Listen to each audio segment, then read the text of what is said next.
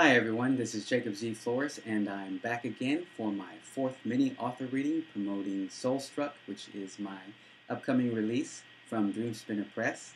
This book is the third book of my Warlock Brothers of Havenbridge series, which follows the lives of three Warlock brothers, Mason, Thad, and Pierce. Soulstruck is Pierce's book, and he is the eldest. And so far, I have shared some snippets about Pierce and his brothers and Cale and Pierce's first meeting.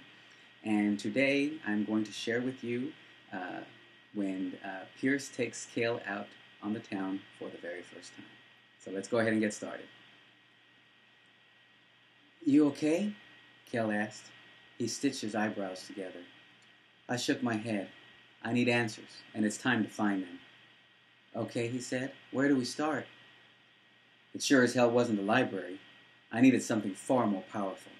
We need the Pig's Eye. Cale sucked in a sharp breath. "It sounds like a powerful talisman. What is it?" I grabbed the keys to my bike. "You'll see," I said, as he followed me out the door. "It's the strongest magic we've got." When I parked my Ducati in front of my favorite bar, called the Pig's Eye, Cale slid off the ride and studied the red brick building that stood at the corner of Derby and Daniels. Loud music poured out of the open front door, and about a dozen people stood on the sidewalk smoking and carrying on. It was a dive, but it had always cured what ailed me. "Is this a shrine of some sort where powerful oracles gather?" Cale asked. I grinned. It was easy to forget Cale had no clue about modern society since he grew up on a magical island in the middle of nowhere. Yeah, something like that.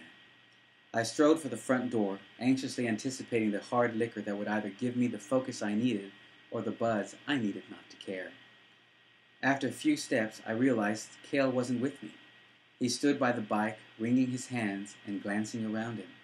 "Are you coming?" "I don't think so," he said. "We don't have shrines in Aiea. Magic such as this is outlawed." "Outlawed?" I asked. "For people who can turn into animals, that doesn't make a shitload of sense." "We weren't born with a gift, nor did we evolve into our shifting abilities," he said. "It was forced upon us by one of your kind." Technically, sorcerers were only partly our kind, but I caught his drift. "So there's no magic at all on Aiea?" He shook his head. "It's brought us enough trouble as it is." "Well, we're not on Aiea, are we?" I asked. "Without shrines like this, people like me would go batshit crazy." I jerked my head toward the front door. He didn't budge. "Okay," I replied, walking backward toward the entrance. "But if the oracles see you out here alone, they might think you're the human sacrifice they ordered." 1 minute later, Cale and I sat on our stools at the bar, waiting to be served. Okay, so I hope you enjoyed this little snippet from Soulstruck, and I'll see you all next time. Bye.